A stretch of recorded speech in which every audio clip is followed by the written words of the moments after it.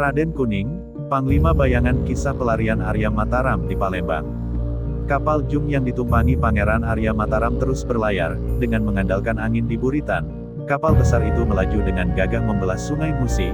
Pagi itu cerah sekali, burung-burung liar berkicau hinggap di pokok ranting. Suara gemericik air Sungai Musi menambah indah suasana. Setelah dihadang perompak dan Raden Kuning diculik, Pangeran Arya Mataram memutuskan untuk melanjutkan perjalanan. Dalam hati, ia memiliki keyakinan jika keponakannya itu pasti bisa menjaga diri. Keselamatan keluarga adalah hal yang sangat penting untuk diutamakan. Di ruang kemudi, Pangeran Arya Mataram ditemani pengawal setianya Bujang Jawa dan Punggawa Kedung. Jika kita tidak hilaf berlayar, maka tak lama lagi kita akan bersandar di wilayah Kadipaten Palembang. Sebentar lagi kita akan bertemu dengan Paman Arya Karangwidoro. Pangeran Arya Mataram bicara sambil menatap ke daratan yang tumbuh semak perdu. Nuwun sewu, Yang Mulia, apakah Yang Mulia Arya Karangwidoro sudah tahu apa yang terjadi pada Keraton Demak? Apakah ia tahu jika Yang Mulia Pangeran Raja Adipati Arya Jipang telah berpulang akibat ketamakan Joko Tingkir? Bujang Jawa memberanikan diri bertanya. Kita tidak sempat berkirim kabar ke Palembang. Menurut perakiraanku, Paman Arya Karangwidoro pasti belum mengetahui prahara di Keraton Demak. Pasti ia akan bersedih jika mendengar Kakang Penangsang telah tiada. Semoga saja beliau tidak kenapa-napa mendengar kabar kita ini. Jika saja menjadi pelarian ini bukan amanah dari Kakang Penangsang, jujur saja aku rela mati syahid membela Demak. Pangeran Arya Mataram yang bermata teduh itu matanya berubah sayu, matanya tetap memandang ke haluan, wajahnya berubah sumringah ketika dilihatnya ada sebuah pulau di tengah Sungai Musi. Jika aku tidak salah, pulau itu bernama Kemaro. Itu adalah pertanda jika perjalanan kita sudah dekat. Ayo kita ke tiang layar, ini adalah tanah leluhur, Palembang. Pangeran Arya Mataram nampak antusias sekali. Bujang Jawa dan Punggawa Kedung segera menyusul berjalan di belakang Pangeran Arya Mataram. Punggawa Tuan yang berjaga di bawah tiang layar segera memberi hormat. Ada apakah gerangan, Yang Mulia? Nampaknya senang sekali, ujar Punggawa Tuan. Kita sebentar lagi sampai, di depan itu telah terlihat Pulau Kemaro. Kita akan mendarat di sana. Kalian carilah informasi di dermaga itu dengan menumpang sekoci. Jangan dibuka identitas kita dari Jipang. Sampaikan saja kita adalah pedagang dari Demak yang mendapat amanah untuk menemui Paman Arya Karangwidoro, Bujang Jawa dan Kedung. Kalian turunlah ke daratan. Kapal Jung Keraton Jipang melepas sauh di Pulau Kemaro. Kedatangan mereka di sisi luar pulau yang tak berpenghuni itu. Kapal megah dan besar itu segera mendarat di Pulau Kemaro.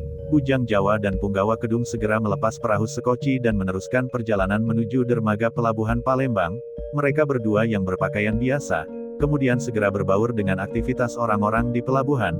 Mereka mencari informasi tentang Palembang dan di manakah tempat tinggal Arya Karangwidoro.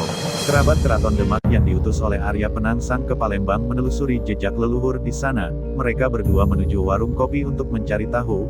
Warung kopi itu ramai sekali dengan buruh angkut yang sedang istirahat. Suara mereka riuh rendah bercerita tentang perompak yang baru meminta tebusan koin emas di Muara Sungsang. Bujang Jawa tak tertarik dengan cerita itu. Ia kemudian menemui pemilik warung dan bertanya di manakah pusat alun-alun kota. Keduanya mengaku pelancong yang ikut kapal pedagang dari Jawa. Kalian naiklah perahu yang sandar di dermaga sebelah, mintalah kepada juru mudinya untuk mengantar melancong ke kota. Berbekal informasi tersebut, dua prajurit Jipang itu menyewa perahu wisata. Juru mudinya bernama Samsu, pria separuh baya yang banyak bicara, sependidih air, banyak sekali cerita yang disampaikannya. Bujang Jawa menyimak cerita itu dengan serius. Kisruh keluarga saudagar si Jinshing membuat dermaga ini tak aman lagi. Putri tuanya Nyai Ageng Pinati, penganut Islam, taat diperlakukan tidak adil oleh adik-adiknya. Ia pergi ke tanah Jawa dan menurut informasi Nyai Ageng Pinati justru mendapat jabatan sebagai Syah Bandar di Gresik. Di sini adik-adiknya berebut untuk mengelola usaha dagang keluarga. Baru 8 purnama yang lalu, terjadi perang saudara. Si Jisun yang sebelumnya berkuasa tewas terbunuh oleh kerabat-kerabatnya. Akibat kejadian itu, dermaga Palembang sempat ditutup dan kegiatan perdagangan dihentikan. Samsu bercerita dengan berapi-api. Adakah engkau tahu Paman, tentang utusan kerajaan Demak bernama Arya Karangwidoro? Apakah dia masih di sini? Punggawa Kedung tak mampu menahan penasarannya. Kendati Bujang Jawa telah menginjak kakinya, prajurit itu sudah terlanjur melontarkan pertanyaan. Benar pasti kalian kenal dengan orang Demak itu? Betul sekali. Si Jisun sempat kedatangan rombongan tamu istimewa dari Kerajaan Demak. Mereka diperlakukan dengan baik di sini dan diberi tanah perdikan di daerah Kuto Gawang, posisinya menghadap ke arah Sungai Musi di selatan. Jika berminat, aku bisa langsung antar kalian ke sana, ujarnya. Bujang Jawa menganggukkan kepala, meskipun antusias. Untuk menyamarkan keingintahuannya, Bujang Jawa mengedipkan mata agar Punggawa Kedum memasang mimik wajah biasa saja. Mereka harus berhati-hati di daerah yang belum pernah sama sekali mereka kunjungi ini. Perahu kecil itu berbelok ke Sungai Rengas. Menurut penuturan Samsu, lokasi tanah perdikan itu sangat strategis karena dibentengi oleh air. Kita masuk melalui Sungai Rengas. Nah, di sebelah timur itu berbatasan dengan Sungai Taligawe, dan baratnya berbatasan dengan Sungai Buah. Nanti aku hanya sandar saja di sana. Kalian jika ingin ke daratan aku tidak ikut. Tak tahan aku jika diperiksa oleh penjaga di sana yang galak-galak, terang Samsu. Benar saja memasuki daratan Kuto Gawang, mereka langsung dihardik oleh penjaga yang bersenjata tombak. Mata mereka menyipit saat mengetahui jika Bujang Jawa dan Punggawa Kedum adalah utusan Demak.